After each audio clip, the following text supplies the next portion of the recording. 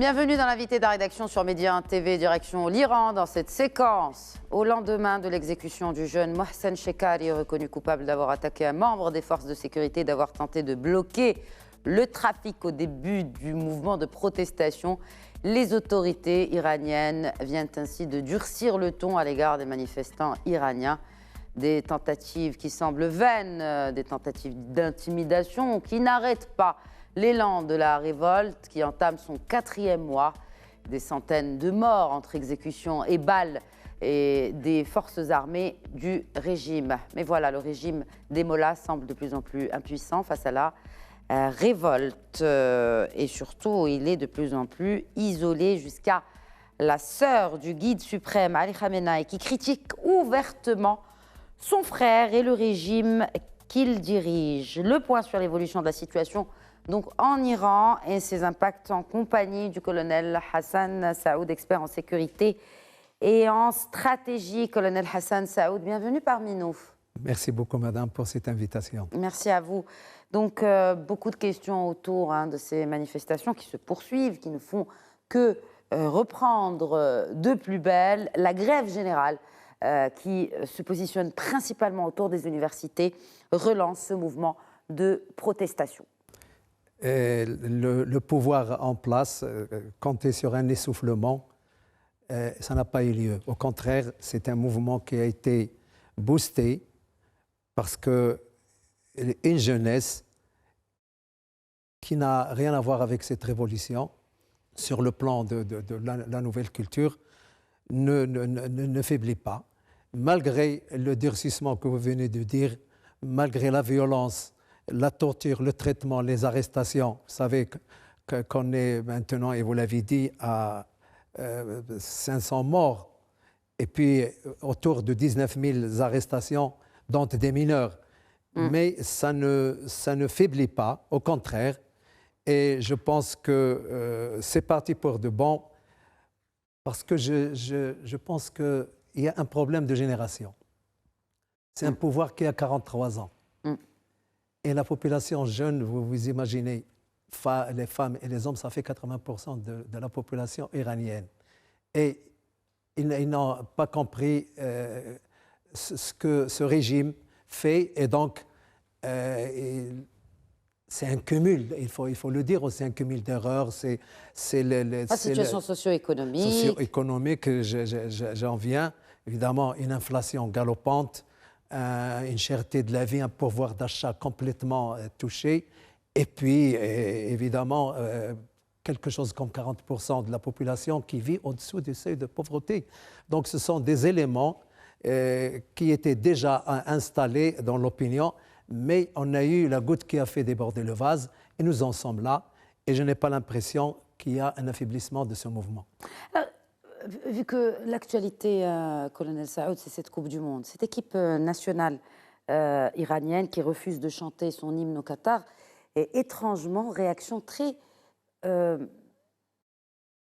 contraste du côté des Iraniens en Iran, qui ont célébré la défaite de leur équipe de football.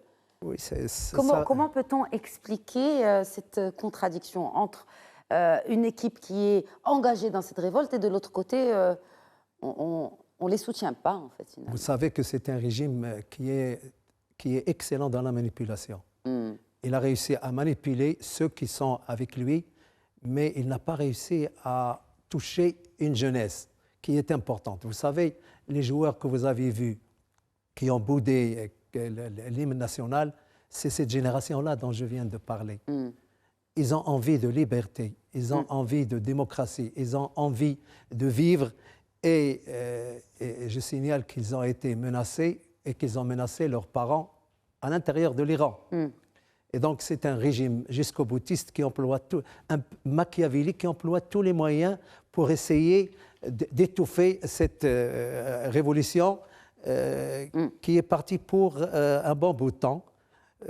Parce que je pense qu'elle a réussi à drainer des solidarités aussi bien internes qu'au niveau de la diaspora iranienne à l'étranger, et surtout la solidarité des parents. Justement, parce que là, on parlait que des jeunes qui sortent dans la rue et qui manifestent, et ça a commencé par les jeunes, et aujourd'hui, on remarque, est-ce que vous pensez qu'il y a vraiment un réel ralliement dans l'ancienne génération, pour le coup? Il est réel. Oui. Vous savez, les femmes iraniennes sont très, très instruites. Tout à fait. Elles sont très persuasives et ils ont un rôle. Bon, avec leurs enfants, ils sont arrivés à convaincre les parents, y compris ceux qui sont des fois dans des fonctions officielles, à dénoncer cette attitude des mollahs sur des manifestations pacifiques, des manifestations qui ont envie que ça change. Et donc, toutes ces menaces, ces arrestations ne sont pas venues à bout de cette révolution qui, à mon humble avis, continuera. Et j'estime que le pouvoir en place est déséquilibré valeur aujourd'hui. Oui, nous y reviendrons au pouvoir en place, parce que c'est vraiment central dans cette situation en Iran. D'ailleurs, vous le disiez, ce n'est pas prêt de se terminer, puisque début de semaine, Washington et Berlin ont affirmé qu'il n'y aura pas d'amélioration de la situation, notamment des femmes en Iran. Alors, c'est ce sentiment dans des régimes comme ceux-ci de nourrir la peur dans la population. À un moment, on a l'impression que ça arrive à une date de péremption. Absolument. Et maintenant, malgré l'exécution de ce jeune, d'ailleurs, oui, dont le procès peut renvoyer à des années de ténèbres, et la même journée de sa pendaison, on annonce une série de condamnations à mort. Tout à fait. Ce jeune Shekari, 23 ans tout juste, qui a été arrêté et puis une garde à vue, une parodie de procès expéditif du reste, et qui a été condamné à mort et exécuté rapidement. Je pense que le pouvoir s'est trompé. Il croyait pouvoir, par cette violence, par une condamnation à mort exécutée, pouvoir dissuader les jeunes. Intimider, voilà. Or, les jeunes n'ont pas été intimidés. Et ces derniers jours, on a vu que les universités se sont mises en branle, et toute la société, y compris ceux qui sont timides, sont en train de dire qu'il y en a assez. Il faut que le pouvoir revoie sa copie. Et ça, c'est très important. Mais on est déjà à près de 2 exécutions par jour en moyenne, hein, puisque ça chiffre, 500 exécutions en un an. Mais tout cela se fait sans que personne ne réagisse.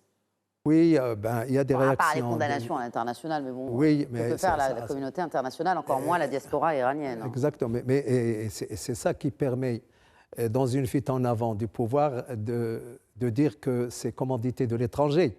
Absolument. Et donc, quand on n'a pas trouvé l'ennemi intérieur, on cherche ailleurs, et là, on trouve les États-Unis et l'Occident pour dire que c'est eux qui sont à l'origine de cette manœuvre de déstabilisation de l'Iran. Mais le durcissement des mesures des mollahs iraniens, à mon humble avis, commencera à faiblir. Et je pense que déjà, beaucoup d'Iraniens de l'étranger qui ont un rôle très important, parce que vous savez, la diaspora iranienne, c'est à peu près 5,5 millions des intellectuels, des chercheurs, des astrophysiciens, des gens du cinéma, des gens du théâtre.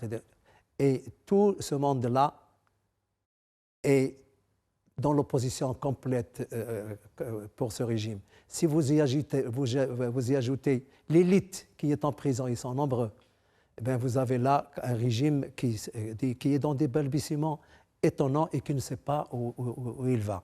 Mais je pense que la dynamique est du côté de cette jeunesse et de ces femmes qui veulent vivre, qui veulent la liberté et qui veulent la démocratie, et surtout une sécularisation d'une religion chiite qui a envahi tout le monde. Vous savez que c'est un régime qui est autocratique et théocratique en même temps. Donc, vous avez une population bâillonnée, vous avez un bras armé, les Pasdaran, très puissant, un État dans l'État. Très puissant économiquement, mais pas seulement militairement. Hein. Vous vous rendez compte, 60% de l'économie est gérée par cette organisation militaire qui dépend directement, il faut le dire, du Mollah. Et les associations religieuses qui ont de 20%, le secteur privé en Iran n'a que 20%. Vous voyez que c'est un pays qui va à la déroute. Il est déjà dans une crise économique et sociale terrible qu'il n'est pas prêt de réduire. Vous avez dit que la diaspora, colonel Saoud, jouait un rôle très important. Mais sur le terrain, eh bien, on dénombre encore des morts, il y a encore des exécutions. Je veux dire concrètement, qu'est-ce qu'elle peut apporter à part dénoncer? Et à part, bien sûr, ces campagnes largement médiatisées, notamment dans les pays de l'Occident. Et finalement, on se pose vraiment la question si cette diaspora pourra réellement changer les choses en Iran. Vous l'avez dit tout à l'heure, je pense que c'est un pouvoir qui est à la limite du potentiel de production politique. C'est un pouvoir qui laisse ses citoyens dans la faim et le désœuvrement. Et vous savez combien ils gaspillent de l'argent à l'étranger, en Irak, au Liban, au Yémen, et évidemment en Syrie, et chez nos voisins, dans cette entreprise d'émancipation et dans ce projet hégémonique. Parce que Vous pensez que ça risque, tout ce qui se passe aujourd'hui dans le pays, ça risque d'affaiblir cette influence iranienne de par le monde, d'abord dans la région proche. Vous avez parlé du Liban, l'Irak, etc. Et aussi en Afrique, parce qu'on en a déjà parlé sur ce même plateau, colonel Saoud, de cette influence iranienne qui est en train de s'enraciner sur le sol, dans le sol africain. Oui, il y a des dénonciations internes qui disent que cet argent-là qu'on gaspille pour de l'influence iranienne ne peut plus être de mise parce qu'on en a besoin. Et les jeunes, et notamment, il faut le dire aussi parce que c'est une jeunesse qui n'est pas organisée, qui n'a pas de leadership, mais qui est dans les all connected. Vous savez, le leadership des réseaux sociaux, on n'a jamais vu ça qu'aujourd'hui. C'est les plateformes numériques qui sont en train de canaliser toute la colère, toute la haine concernant ce pouvoir, et ça fait tache d'huile. Et nous assistons à cet effet domino qui touche tout le pays.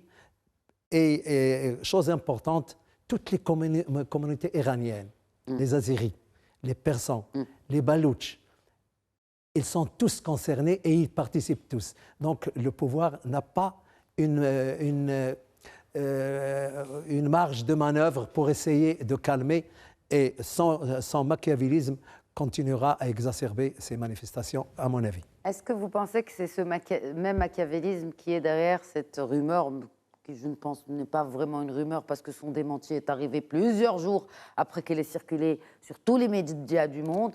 Je parle en l'occurrence de l'abolition de cette police des mœurs en Iran, qui a été démentie plusieurs jours plus tard, alors que normalement une telle annonce devrait être démentie dans la demi-heure après sa parution. Est-ce que vous pensez vraiment que le pouvoir en place, dans ces manœuvres de manipulation que vous évoquiez tout à l'heure, n'est pas derrière en fait? Oui, je pense que cette annonce provenait de quelqu'un qui n'a pas la compétence de le faire. C'était le procureur général. Or, cette police des mœurs, cette police de la pureté, comme il l'appelle, ces patrouilles d'orientation, comme on les appelle, dépendent directement du ministère de l'Intérieur. Et au ministère de l'Intérieur, il y a un des plus grands conservateurs du gouvernement d'Iran. Mais ça n'a trompé personne. Tout le monde a douté de la sincérité de cette déclaration, et plus tard ça a été démenti par la radio officielle iranienne, comme quoi la République islamique d'Iran n'a jamais aboli, n'a jamais fermé cette police des mœurs. Et d'ailleurs le procureur a dit que cette police a été fermée par ceux qui l'ont fondée. Donc, ce n'est pas lui. Mais que la justice continuera à surveiller le comportement des populations et tout ça. Donc, je pense que c'était fait pour...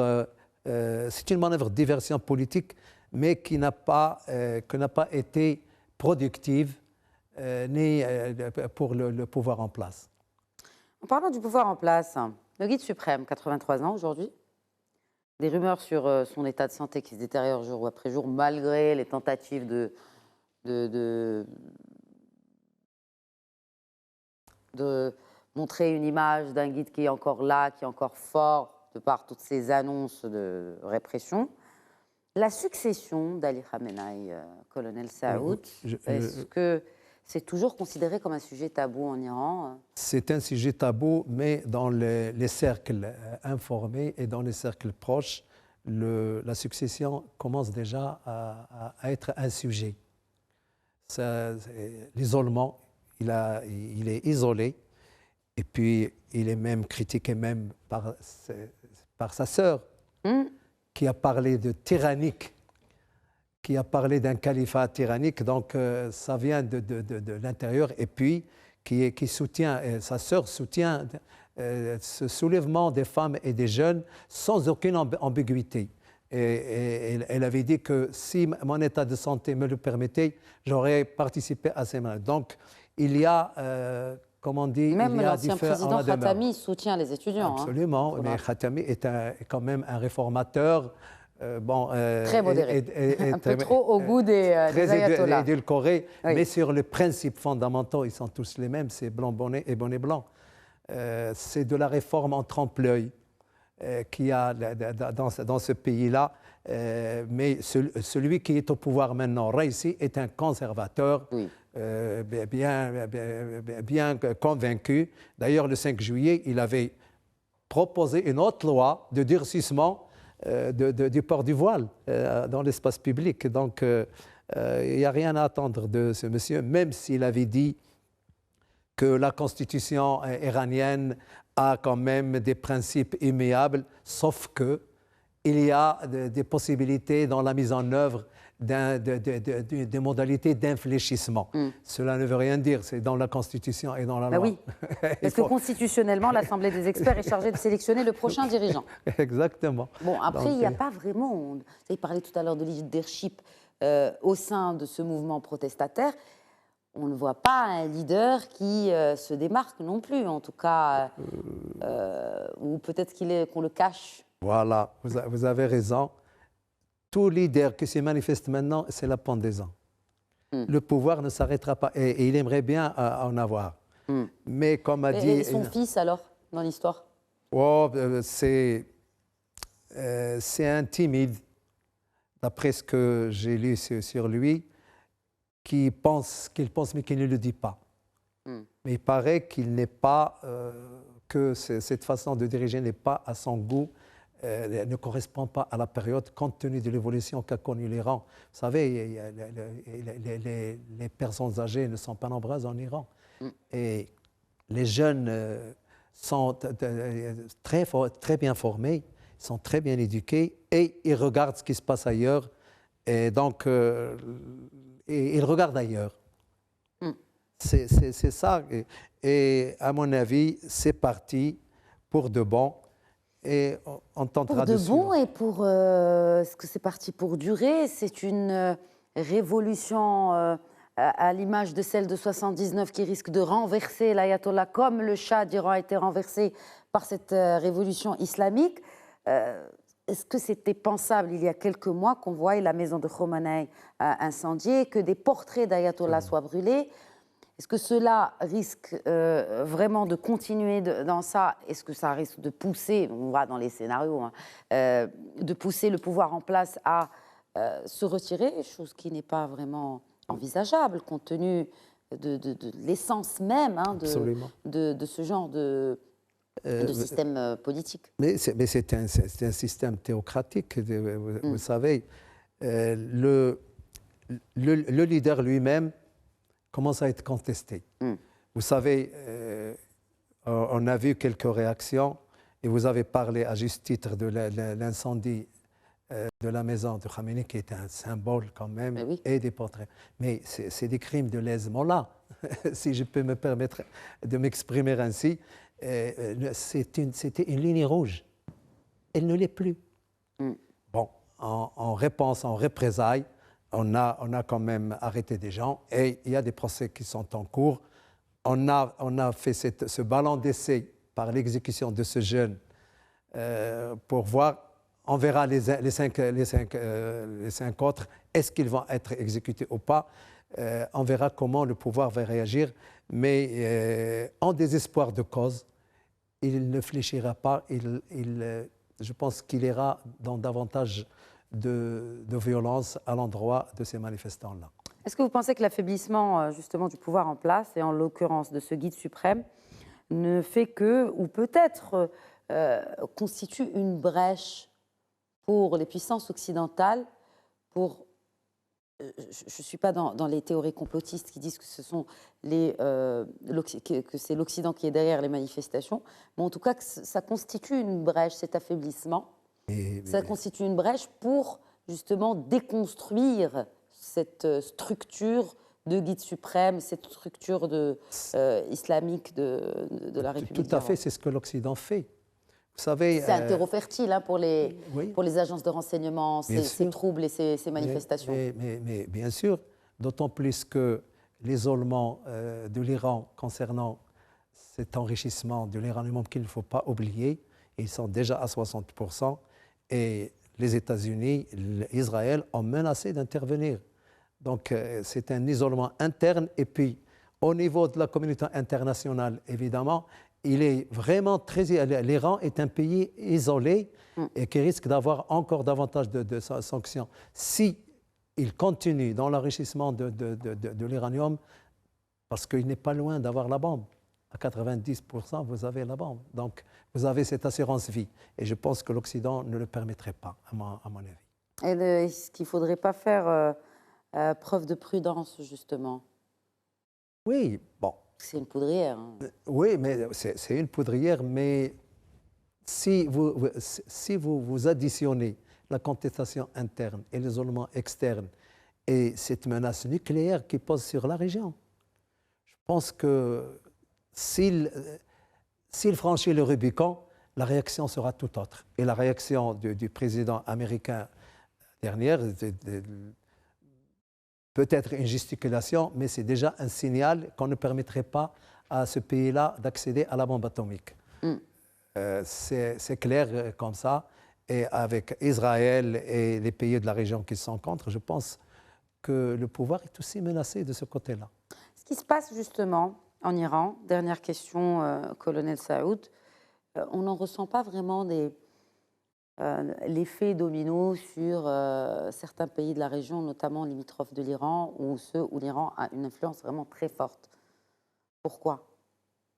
Parce que dans les pays que l'Iran maintenant, où il commandite des renversements par les Houthis, les mouvements chiites d'Irak, le Hezbollah, qui est une tête de pont de déstabilisation qui est utilisée par... Je pense qu'ils n'ont plus les mêmes fonds qu'avant.